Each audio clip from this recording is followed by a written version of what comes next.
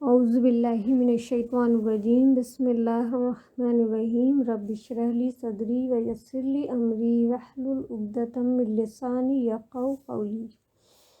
آیت نمبر 21 سورہ بقرہ پہلا پارہ۔ آئیے اس کا ترجمہ دیکھتے ہیں پہلے۔ یا ایہا الناس، اے لوگوں، اعبدوا عبادت کرو، ربکم اپنے رب کی، الذی جس نے خلقکم پیدا کیا تمہیں، والذین اور انہیں جو من قبلکم تم سے پہلے تھے، لعلکم تاکہ تم تتقون تم بچ جاؤ۔ اس سے پہلے ابھی ہم نے 3 طرح کے انسانوں کی بات پڑھی ہے۔ پہلے تھے متقین، دوسرے تھے کفار اور تیسرے تھے منافقین۔ اب اس آیت میں اللہ تعالیٰ نے کل انسانیت کو اپنی بندگی کی دعوت دی ہے، کسی پرٹیکولر کیٹیگری کو خطاب نہیں کیا۔ جیسے ہم نے جو 3 کیٹیگری پڑھی ہے، منافقین، متقین اور کفار کی، اس کو کسی کو خطاب نہیں کیا، بلکہ کل انسانیت، یا ایہا الناس، اے لوگوں، سبھی لوگوں کو خطاب کر کے اللہ تعالیٰ کیا کہہ رہا ہے کہ تم میری عبادت کرو۔ ہم اللہ تعالیٰ کی عبادت کیوں کریں؟ الذی خلقکم، کیونکہ اللہ تعالیٰ نے ہمیں پیدا کیا ہے، اور ہم سے پہلے بھی جو لوگ تھے ان کو بھی پیدا کرنے والا کون ہے؟ اللہ تعالیٰ۔ اور اللہ تعالیٰ کی عبادت جب ہم کریں گے تو ہمیں کیا ملے گا؟ اللہ تعالیٰ کا تقویٰ، تتقون، لعلکم تتقون، تاکہ تم بچ جاؤ۔ تو یہاں پہ اللہ تعالیٰ کل انسانیت کو خطاب کر کے اپنی بندگی کی دعوت دے رہا ہے۔ کسی بھی پرٹیکولر ریجن، کسی شکل کے لوگ ہوں، امیر ہوں، غریب ہوں، یا کسی بھی کیٹیگری کو بلانگ کرتے ہوں، یہاں پہ ان کے اندر ڈفرینشیٹ نہیں کیا گیا، اور سب کو ایک ساتھ اللہ تعالیٰ ایڈریس کر رہے ہیں اور کیا کہہ رہے ہیں کہ اے لوگوں، اللہ تعالیٰ کی عبادت کرو۔ تو کیوں کریں ہم اللہ تعالیٰ کی عبادت؟ کیونکہ اللہ تعالیٰ نے ہی ہمیں پیدا کیا ہے، اور پرائمری آبجیکٹیو آف لائف بتایا جا رہا ہے کہ اس زندگی کا مین مقصد کیا ہے؟ اللہ تعالیٰ کی عبادت کرنا۔ اور باقی جو ہم کام کرتے ہیں، رزق کے لیے بھاگتے دوڑتے ہیں، اور باقی جو لائف کے کام ہیں، ہم اسکول جا رہے ہیں، دنیا کی پڑھائی کر رہے ہیں، کالج جا رہے ہیں، کوئی پروفیشنل کورس کر رہے ہیں یا جاب کر رہے ہیں، تو یہ ساری چیزیں سیکنڈری ہیں۔ پرائمری آبجیکٹیو آف لائف کیا ہے؟ اللہ کی بندگی کرا۔ لیکن ہم اس کی بندگی کیوں کریں؟ کیونکہ اس نے ہی ہمیں پیدا کیا ہے، اور ہم سے پہلے بھی جتنے لوگ ابھی تک آئے ہیں اور ہمارے بعد بھی ابھی جتنے لوگ آنے ہیں، ان سب کا پیدا کرنے والا اللہ ہے۔ اب ذرا غور کیجئے کہ آج سے 100 سال پہلے کہاں تھے ہم؟ کچھ یاد ہے؟ اور آج سے 100 سال بعد ہم کہاں ہوں گے؟ پھر کہاں آ کے ہم کھو گئے ہیں اس وقت؟ جہاں سے ہم آئے ہیں وہیں واپس جانا ہے کچھ وقت بعد، تو اس کی تیاری کرنی ہے نا ہمیں۔ اور دنیا کی چند روزہ زندگی کے کاموں میں اتنا مصروف نہیں ہونا ہے ہمیں کہ ہم اپنے اصلی گھر کو ہی بھول جائیں، جس نے پیدا کیا، ہمارا مالک اور خالق جو ہے، جس نے ہمیں بھیجا ہے اور جو ہمیں واپس بلانے والا ہے، ہم اس کو بھول کے یہ دنیا کے ایلیوژن میں کھو جائیں۔ اللہ تعالیٰ یہاں پہ توحید کا پیغام دے رہا ہے، اور یہ پیغام اس نے صرف محمد صلی اللہ علیہ وسلم کو ہی نہیں دیا، ہر نبی کو یہی پیغام دے کے دنیا میں بھیجا تھا۔ سورہ الذاریات آیت نمبر 56 میں آتا ہے، وَمَا خَلَقْتُ الْجِنَّ وَالْإِنسَ إِلَّا لِيَعْبُدُونِ، میں نے جنوں اور انسانوں کو نہیں بنایا مگر اس لیے کہ وہ میری عبادت کریں۔ تو زندگی کا یہی پرپس ہے، لائف کا، اسی کی بندگی، اسی کی اطاعت، اسی سے محبت، اور اسی سے خوف اور اسی کی عزت سب سے زیادہ کرنی ہمیں. وہی مطلوب ہو، وہی مقصود ہو اور وہی محبوب ہو. یہ 3 ورڈز کو یاد کر لیجئے. مطلوب مطلب ہوتا ہے اسی کی طلب، اسی کی جستجو، اسی کے بارے میں سوچتے رہنا کہ اللہ تعالیٰ کو یہ پسند ہے کہ نہیں، اور اللہ تعالیٰ کی طرف ہم کیسے جائیں گے کہ اللہ ہم سے راضی ہو جائے. اور مقصود، ہر چیز جو بھی ہم کریں وہ اسی کی خاطر کریں. اور محبوب، اسی کی محبت سب سے بڑھ کر ہمارے دل میں ہو، اور دل میں سب سے اونچا مقام صرف اللہ ہی کا ہونا چاہیے، اور یہ اس کا حق بھی ہے. اے لوگوں، اپنے رب کی عبادت کرو جس نے تمہیں پیدا کیا اور تمہیں رزق دے رہا ہے. ہم پہلے اس سے کچھ بھی نہیں تھے اور اسی نے ہمیں بنا دیا، اور آج تک آنے والے سارے انسانوں کو اللہ کی مخلوق ہی ہے نا، وہ اللہ تعالیٰ ہی سب کا بنانے والا ہے. تو ہمیں اللہ ہی کے آگے جھک جانا چاہیے جس نے ہمیں وجود بخشا ہے. اب اس جھکنے کا فائدہ اللہ تعالیٰ کو ہوگا کچھ؟ کیا نہیں ہوگا، خود ہم ہی کو ہے اس کا فائدہ.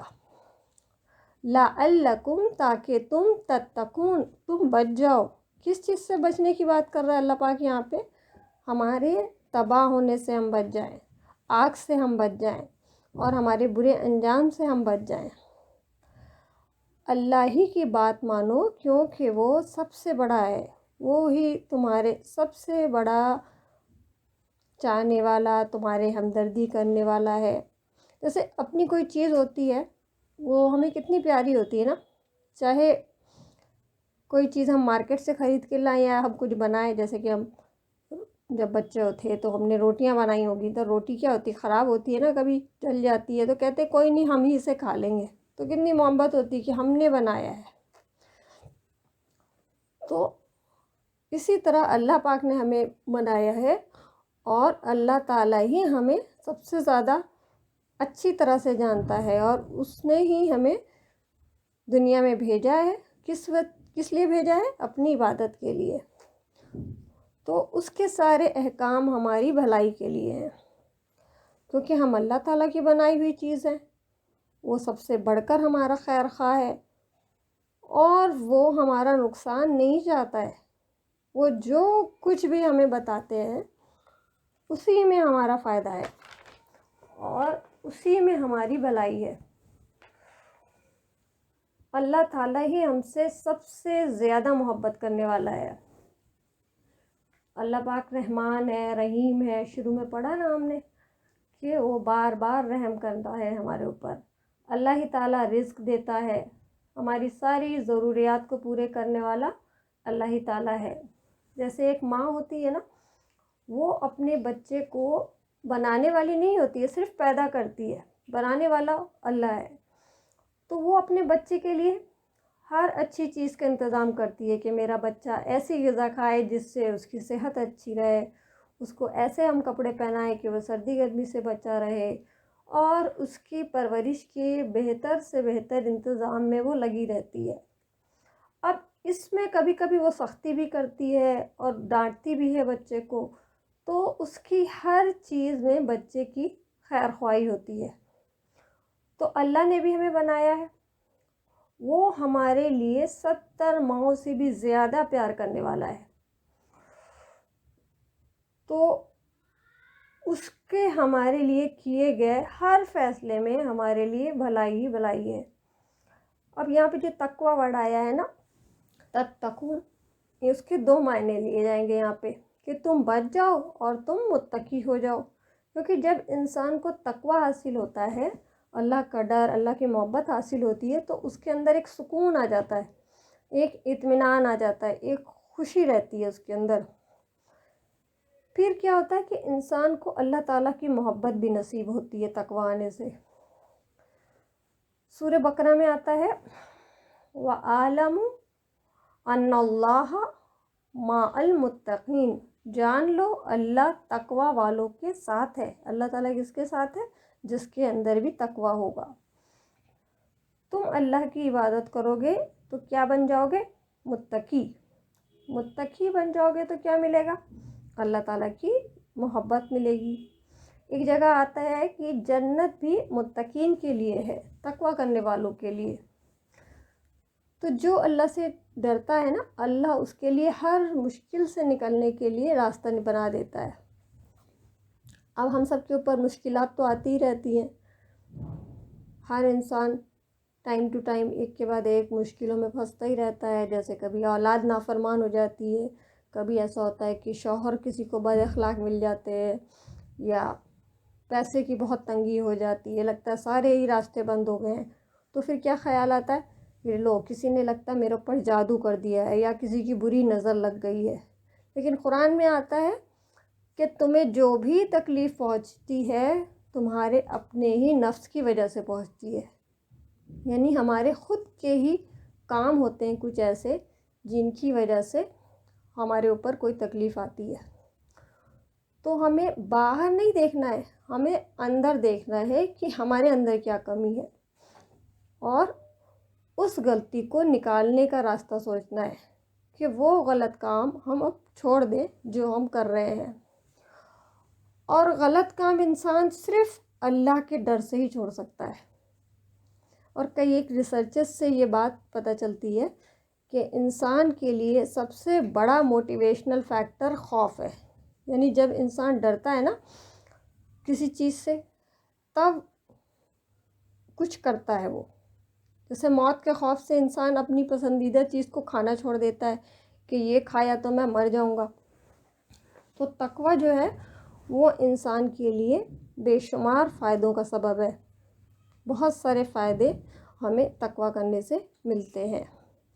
اب تقوی کس سے پیدا ہوتا ہے؟ عبادت سے۔ اے لوگوں اپنے رب کی عبادت کرو تاکہ تمہارے اندر تقوی پیدا ہو۔ عبادت کیسے کرو؟ اس طریقے پر اللہ تعالیٰ کی اطاعت کرو جو کہ اللہ تعالیٰ کا بتایا ہوا ہے، اللہ کے رسول نے ہمارے تک پہنچایا ہے۔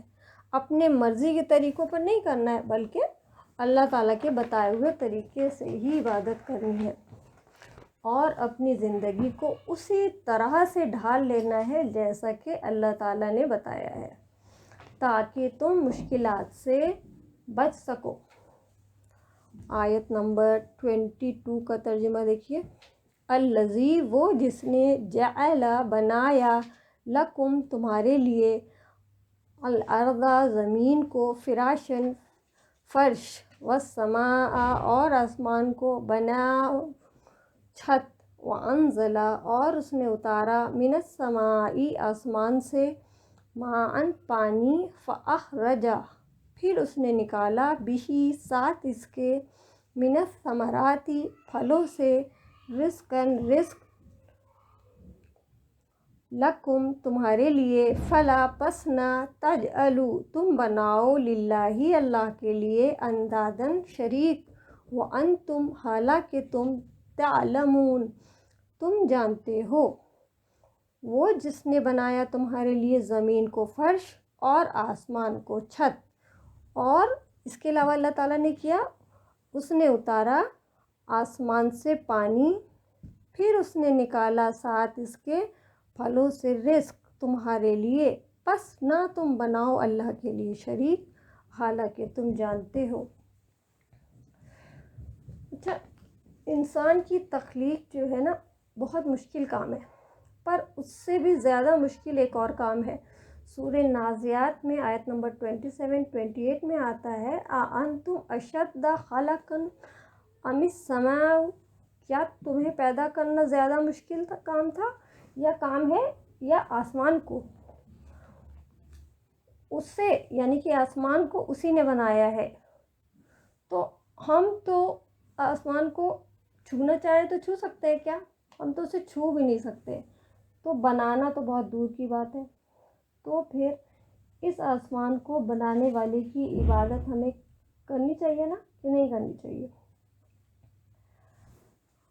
ایک اور جگہ پہ آتا ہے کیا ہم نے تمہارے لیے زمین کو مہادہ نہیں بنا دیا؟ مہادہ مطلب ہوتا ہے جھولا یا پنگھوڑا، جس میں چھوٹے بچوں کو جھلایا جاتا ہے نا، اس کے لیے. اب یہ ارتھ جو ہے، یہ زمین ہے، وہ کنٹینیوس موومنٹ میں ہے نا، لگاتار چل رہی ہے. آرام سے ہم اس میں سوئے ہوئے ہیں اور سارے کام اپنے کر رہے ہیں، چل پھر رہے ہیں مزے سے. اور آسمان کو ایک پروٹیکشن کی چیز اللہ تعالیٰ نے بنایا. کبھی دیکھیں ہم آسمان کی طرف دیکھیں، وہاں آسمان نظر نہ آئے تو کیا، سپوز دھواں سا نظر آئے تو کیا لگے گا؟ دل گھبراتا ہے نا. جیسے دہلی میں جب پولیوشن بڑھ گیا تھا تو کیسا لگتا تھا؟ سب طرف لگتا تھا دھواں سا ہے. تو یہ نظارہ دلی والوں نے ضرور دیکھا ہے. اللہ تعالیٰ نے آسمان اور زمین کی اس نعمت کا ذکر کیا ہے. جب ہمیں آسمان نظر نہیں آتا تو کیا ہوتا ہے؟ ایک دم بے چینی سی ہوتی ہے دل میں. ہم سپوز کھڑکی کھولیں اور ہمیں اوپر آسمان کی جگہ دھواں بھرا ہوا دکھائی دے تو کیسا لگے گا؟ سوچئے تو، فیل کریے تو لگے گا نا، گھبراہٹ سی لگتی ہے. آسمان کو دیکھ کے کتنا سکون ملتا ہے. جب رات میں آپ دیکھتے ہیں وہاں ستارے ہوتے ہیں جگمگاتے ہوئے اور چاند ہوتا ہے، تب بھی بہت اچھا لگتا ہے. تو اللہ تعالیٰ نے اس نعمت کا ذکر آسمان اور زمین کا قرآن پاک میں کئی جگہ کیا ہے. قرآن میں آتا ہے، تمہارے اوپر ہم نے 7 مضبوط تہیں بنائی ہیں. اور ایک جگہ آتا ہے، ہم نے آسمان کو محفوظ چھت بنایا، مطلب کہ پروٹیکٹڈ. ورنہ آسمان پہ تو اتنا کچھ ہے، اتنے سارے ستارے اور سیارے ہیں، وہ گرتے بھی ہیں، سنا ہے نا. پھر اگر زمین اور آسمان کے درمیان اللہ تعالیٰ نے یہ حفاظت کی دیوار نہ بنائی ہوتی تو وہ ساری چیزیں آ کے ہم سے ٹکراتی اور زندگی باقی نہ رہتی. اور اس نے اتارا آسمان سے پانی. یہاں السماء سے مراد ہے وہ والا دور کا آسمان نہیں ہے، بلکہ قریب کی جگہ ہے. ایک جگہ قرآن میں آتا ہے کہ وہ بادل جو زمین اور آسمان کے درمیان مسخر ہیں.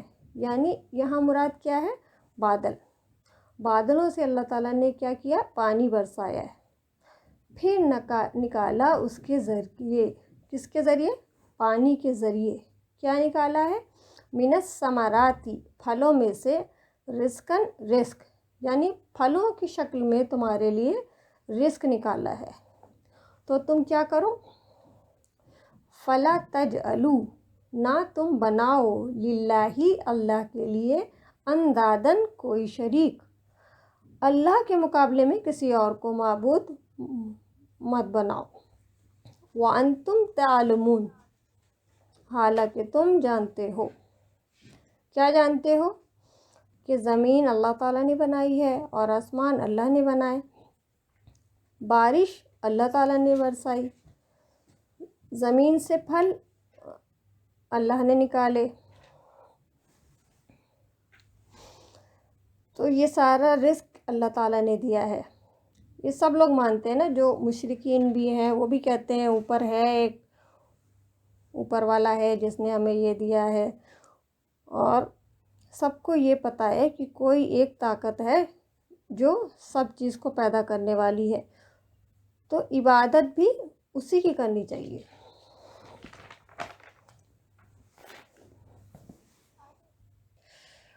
اب دیکھیے اس آیت سے کئی باتیں ہمیں پتہ چلتی ہیں. پہلی بات یہ ہے کہ اللہ تعالیٰ کے ہم پہ سب سے زیادہ احسان ہے. دنیا میں کسی نے بھی آپ کے اوپر احسان کیا ہو، لیکن سب سے زیادہ احسان کس کا ہے؟ اللہ تعالیٰ کا. اور اللہ تعالیٰ کا سب سے پہلا احسان کیا ہے؟ ہماری تخلیق. اگر وہ ہمیں بناتا ہی نہ تو ہم تو ہوتے ہی نہیں دنیا میں اس وقت. اگر اللہ تعالیٰ ہمارے بال نہ دیتا ہمیں تو کوئی بھی نہیں تھا جو ہمیں واپس سے بال ہمارے اگا دیتا. اگر اللہ تعالیٰ ہمیں آنکھ نہ دیتا تو کوئی ہمیں ایسی آنکھیں بنا کے نہیں دے سکتا. جن پیروں سے ہم چلتے ہیں اگر اللہ تعالیٰ نہیں دیتا تو کوئی بھی ایسے پیر آپ کو لا کے نہیں دے سکتا. کانوں سے جن سے ہم سنتے ہیں، اگر اللہ تعالیٰ ان کی سننے کی طاقت لے لے تو کیا ہوتا؟ دیتا ہی نہ اللہ پاک تو کیا ہوتا؟ کوئی بھی ایسے کان ہمیں بنا کے نہیں دے سکتا. دوسرا احسان اللہ تعالیٰ کا ہے یہ زمین جس پہ ہم چلتے ہیں، اس زمین کو کیا کیا؟ ایک بستر کی طرح بنایا ہمارے لیے۔ بستر کی فیلنگ کیسی ہوتی ہے؟ آرام ملتا ہے نا ہمیں، نرم ہے، اس پہ ہم سوتے ہیں۔ تو اسی طرح سے یہ زمین اللہ تعالیٰ نے ہمارے لیے مسخر کر دی، بچھا دی ہے، اس پہ ہم آرام سے چلتے پھرتے ہیں۔ اسی طرح آسمان کو اللہ تعالیٰ نے ایک پروٹیکٹڈ چھت بنایا ہے۔ یہ فرش اور یہ چھت دونوں ہمیں ایک سکون کا احساس دیتے ہیں۔ اور کیا کیا اللہ تعالیٰ نے؟ تیسری نعمت ہے، اللہ تعالیٰ نے ہمارے لیے پانی اتارا ہے اور پھر اس کے ذریعے پھل پیدا کیے ہیں۔ تو یہ ساری چیزیں کس کے لیے ہیں؟ یہ سب چیزیں ہمیں سکون دیتی ہیں، جن کا اللہ تعالیٰ نے ذکر کیا ہے، وہ سب کیا ہیں؟ سکون کے ذرائع ہیں۔ تو یہاں اللہ تعالیٰ اپنی نعمتوں کا احساس دلا رہے ہیں کہ شکر ادا کرو اور اللہ تعالیٰ کے شریک مت بناؤ، صرف اور صرف اللہ تعالیٰ کی ہی عبادت کرو۔ تو جب سے ہم شروع سے قرآن پڑھ رہے ہیں تب سے لے کے ابھی تک ہمیں کئی چیزیں پتہ چلی ہیں۔ پہلی چیز پتہ چلی تقویٰ، تقویٰ کیا ہوتا ہے، کفر کیا ہوتا ہے، منافقت کیا ہوتا ہے، عبادت کیا ہوتی ہے، توحید کیا ہوتی ہے، اور شرک کیا ہوتی ہے۔ یہ سارے کانسیپٹ اللہ تعالیٰ نے شروع میں ہی کلیئر کر دیے۔ وَأَنْتُمْ تَعْلَمُونَ، حالانکہ تم جانتے ہو۔ تو اس سے کیا بات پتہ چلتی ہے کہ علم کے بعد انکار زیادہ بڑا جرم ہے۔ کس چیز سے انکار؟ عبادت سے انکار۔ اب ہم سب کو معلوم ہے نا کہ نماز پڑھنی چاہیے ہمیں، اور بہت سارے لوگ ایسے ہیں جن سے جب کہا جاتا ہے اقیموا الصلاۃ، نماز قائم کرو، تو وہ کیا کہتے ہیں؟ کیا کرتے ہیں؟ وہ انکار کر دیتے ہیں۔ اللہ تعالیٰ کی بنائی ہوئی زمین پر ہی رہ رہے ہیں، اسی کا دیا ہوا رزق ہم کھا رہے ہیں، اور اسی رب کے دیے ہوئے سکون سے سوتے ہیں۔ اللہ تعالیٰ چاہے تو یہ سکون چھین لے ہم سے، نیندیں ہی نہیں آتی بہت سارے لوگوں کو، سب کچھ دیا اس نے اور ہم بن گئے غیروں کے۔ اور یہ حقیقت ہے کہ جب انسان اللہ کا نہیں بنتا ہے نا تو پھر وہ کس کا بن جاتا ہے؟ شیطان کا بن جاتا ہے، اور اپنے نفس کا بن جاتا ہے، اپنی خواہشات کا بن جاتا ہے۔ ہم اپنے دل کے غلام بن جاتے ہیں، اپنی خواہشات کے ہی غلام بن جاتے ہیں، اور جو بھی اللہ تعالیٰ نے ہمیں نعمتیں دی ہوئی ہیں اس کو ہم اپنا حق سمجھنے لگتے ہیں، فار گرانٹیڈ لینے لگتے ہیں۔ امام ابن قیوم کا ایک قول ہے کہ جو اللہ کی غلامی سے بھاگے گا تو وہ نفس اور شیطان کی بندگی کی آزمائش میں پڑ جائے گا، پھر اس کا نفس اس کو ادھر ادھر کدھر بھی لے جاتا ہے، اور وہ اپنی خواہشات کو پورا کرنے کے لیے بس اس کے پیچھے پیچھے ہی بھاگتا رہتا ہے کہ اب یہ کر لیا، وہ چاہیے مجھے، اس کے لیے بھاگتا رہے گا۔ تو اگر ہم اپنے ہی دل کی ہر بات کو مانتے چلے جائیں تو کیا ہوتا ہے؟ خوشی اور اطمینان یہی ملتا ہے؟ نہیں، یہ نہیں ملتا ہمیں غم ملتا ہے، بے سکونی، تکلیف، گھبراہٹ، ڈپریشن۔ تو اصل خوشی اللہ تعالیٰ کی عبادت میں ہے۔ جب ہم اللہ تعالیٰ کی عبادت کرتے ہیں تو اصلی خوشی ملتی ہے ہمیں، اللہ کا بندہ بننے میں ہی اصلی خوشی ہے۔ تو دنیا جو ہے ہمارا مطلوب، مقصود اور محبوب نہیں ہونا چاہیے، صرف ہمارا رب، ہمارا اللہ ہی ہمارا مطلوب، مقصود اور محبوب ہونا چاہیے۔ سبحانک اللہم بحمدک اشہد ان لا الہ الا انت استغفرک و اتوب الیک۔